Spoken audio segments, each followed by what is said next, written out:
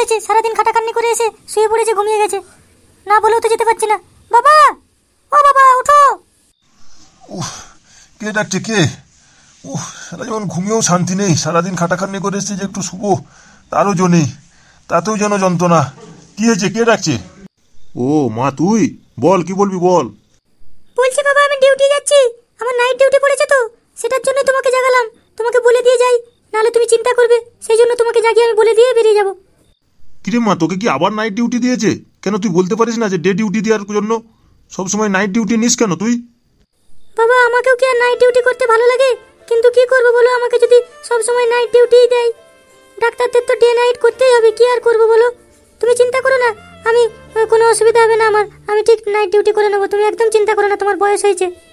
আচ্ছা বেশ, তাহলে তুই সাবধানে আয়, হ্যাঁ? আর রাস্তাঘাট সাবধানে পেরোবি, ঠিক আছে? তুই তাহলে আয়, হ্যাঁ?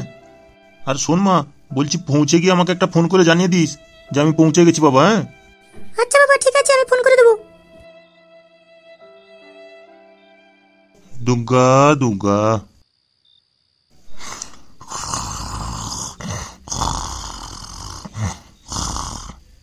কিরে ধনঞ্জয়, তাহলে তোকে যেটা বলেছিলাম সেটা মনে আছে তো?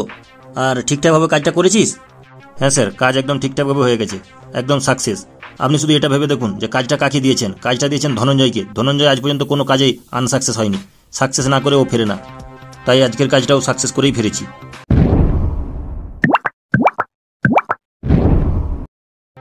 এই নিন স্যার, এই ব্যাগে পুরো 5 লক্ষ টাকা রয়েছে।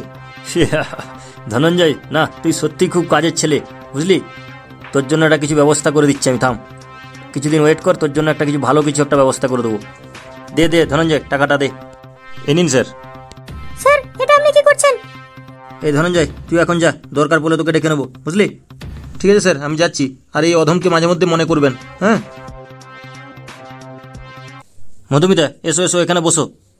না স্যার, আমি ঠিক আছে, আমি বসবো না, কিন্তু আপনি এইমাত্র যেটা করলেন সেটা কিন্তু একদম ঠিক করলেন না। বুঝলে মধুমিতা, তুমি কিন্তু বেশি একটু বাড়াবাড়ি করছো। তুমি বেশ ভালো করে আমাকে চেনো, আমার সাথে যারা বেশি বাড়াবাড়ি করে তাদেরকে আমার একটুও পছন্দ না। দেখুন স্যার, আপনার পছন্দ হোক বা না হোক তাতে আমার কিছু যায় আসে না, কিন্তু আপনি যেটা করলেন ঠিক করলেন না। হসপিটালের ওষুধগুলোকে আপনি বাইরে বিক্রি করলেন, আর বাইরের এক্সপায়ারি হয়ে যায় ওষুধগুলোকে আপনি হসপিটালে ঢুকাচ্ছেন, এটা কিন্তু একদম ঠিক না। কত রোগীদের কত অসুবিধা হবে, তার দায়টা কে নেবে? আমরা ডাক্তার হয়ে আমরা চোখের সামনে দেখতে থাকবো এরকম ভাবে রোগীগুলো মারা যাবে? কত কিছু রোগ হতে পারে ওই এক্সপায়ারি হয়ে যায় ওষুধগুলো খাওয়ানোর পর, সেটা তো আপনি ভালো করে জানেন। তারপর আপনি কেন এই ব্যবসা করছেন? কিছু পয়সা লোভে? এটা কিন্তু আপনি যদি বন্ধ না করেন তাহলে কিন্তু আমি বাইরে যে সবাইকে আউট করে দেবো বলে দিলাম। দেখো মধুমিতা, তোমার বাড়ির অবস্থা আমি জানি কীরকম, তাই বলছি এইসব কথা বাইরে কোথাও আউট করার দরকার নেই। যেখানকার জিনিস সেখানেই মিটিয়ে দাও। 1010 টাকা দিচ্ছি, নিয়ে চুপচাপ কাজে লেগে পড়ো, ঠিক আছে? বেশি পাঁচদারি করতে যাও না, তাহলে কিন্তু তুমি বিপদে পড়ে যাবে, বলে দিলাম। স্যার, সে আমার বিপদ যা হবে হোক, সে আমি পরে দেখে নেবো, কিন্তু এতগুলো অসুস্থ রোগীকে আমি বিপদের মুখে ঠেলে দিতে পারবো না। আপনার এই ব্যবসা বন্ধ করার দরকার, না বন্ধ করলে অনেক অসুস্থ রোগীর অনেক প্রাণ যেতে পারে। শোনো মধুমিতা, এখনো বলছি তোমাকে শুধরে যাও, নাহলে কিন্তু তোমার বিপদ আসছে সামনে, সেটা মনে রেখো। সে আমার যা হয় হোক, যত বিপদে আসুক না কেন, কিন্তু এতগুলো অসুস্থ রোগীকে আমি বিপদের মুখে ঠেলে দিতে পারবো না। আমি এর শেষ দেখেই ছাড়বো। এই কোথায় আছিস রে? তাড়াতাড়ি একবার আমার অফিস আয় তো, খুব জলদি।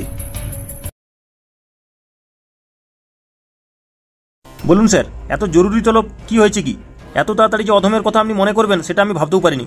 বলুন স্যার, কি হয়েছে বলুন। শোন, তোকে আজ একটা বড় কাজ দেবো, ভালোভাবে কাজটা করতে পারলে ভালো রকম বকশিস পাবি, বুঝলি? হ্যাঁ হ্যাঁ স্যার, আপনি বলুন না কি কাজ করতে হবে। আরে আমার নাম ধনঞ্জয়, নামটা শুধু মনে রাখবেন, ধনঞ্জয়। কোনো কাজে আনসাকসেস হয় না, সবই সাকসেস। আপনি শুধু বলেই দেখুন কি কাজ করতে হবে, সেটা করে সালটে দিয়ে চলে আসবো। শোন তাহলে।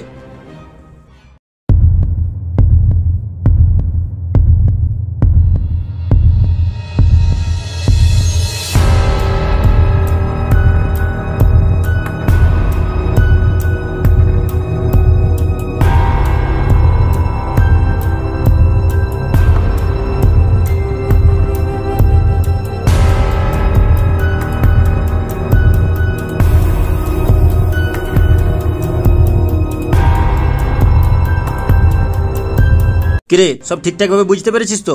যেরকমটি বললাম সেইভাবে একদম কাজ হওয়া দরকার। 19-20 হলেই কিন্তু কেলো হয়ে যাবে, ঠিক আছে? জিনিসটা মাথায় রাখিস। এটা কিন্তু সিক্রেটভাবে কাজটা করতে হবে, হ্যাঁ? হ্যাঁ স্যার, আমি একদম ঠিকঠাকভাবে বুঝতে পেরে গেছি, আপনি একদম চিন্তা করবেন না। আমার নাম ধনঞ্জয়, ঠিক আছে? একদম চিন্তা করার দরকার নেই। আমি একদম ঠিক টাইমে একদম ব্যবস্থা করে নিয়ে, সব কিছু ব্যবস্থা করে নিয়ে চলে আসবো, ঠিক আছে? একদম অল ঠিক আসু। হ্যাঁ সেটাই, একদম ভালোভাবে কাজটা হওয়া দরকার। যা তুই তাহলে আর দেরি করিস না, তুই যে লেগে পড়বি, যা। শালা হারামজাদা, কাজটা ঠিকঠাকভাবে করতে পারলে হয়।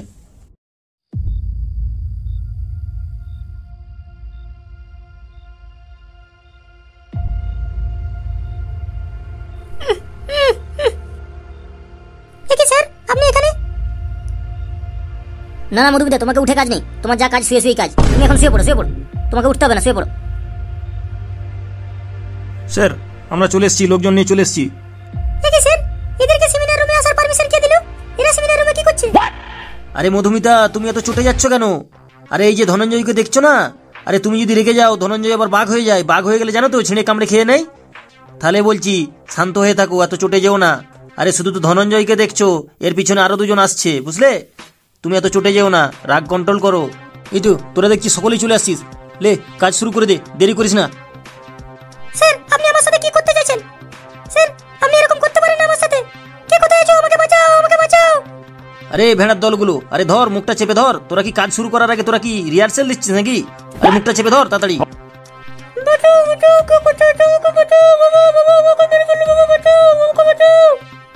কিরে তোদেরকে কি আবার আলাদা করে নিমন্ত্রণ করতে হবে না চিঠি লিখতে হবে রে? হ্যাঁ, আরে এখানে কোনো ফাংশন চলছে না, তাড়াতাড়ি কাজটা সার, ঠিক আছে?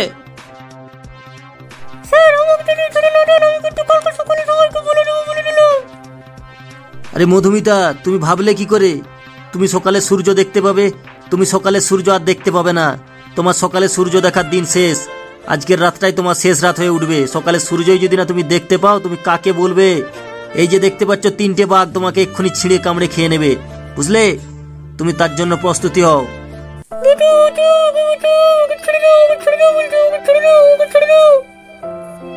আজ মন ভরে খাবো স্যার, আপনি আগে খেয়ে নিন, তারপরে আমরা খাবো তিনজনে। আপনি তাড়াতাড়ি আগে খেয়ে নিন। বুঝলে তো মধুমিতা, আমাদের হাতটা কতটা লম্বা এবার বুঝতে পারছো তো?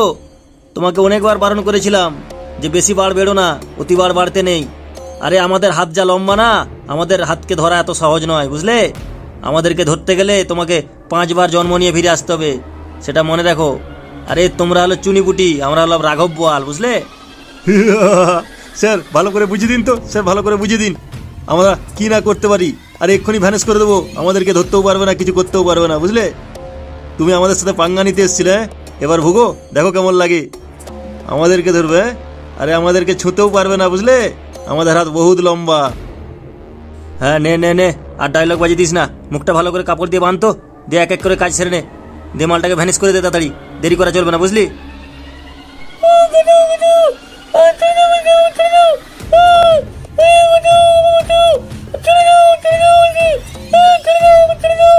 প্লিজ আমাকে ক্ষমা করে দাও, প্লিজ প্লিজ আমাকে ক্ষমা করে দাও।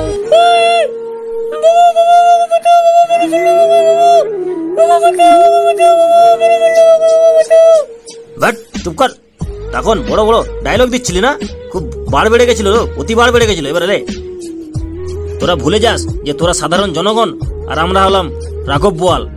তোরা আমাদের সাথে পাঙ্গা নিবি, হ্যাঁ? ঠিকঠাক ভাবে চলবি তাহলে বেঁচে থাকবি, বুঝলি? তুই ঠিকঠাক ভাবে চলতে পারিসনি, তাই আজ তোর অবস্থা এরকম।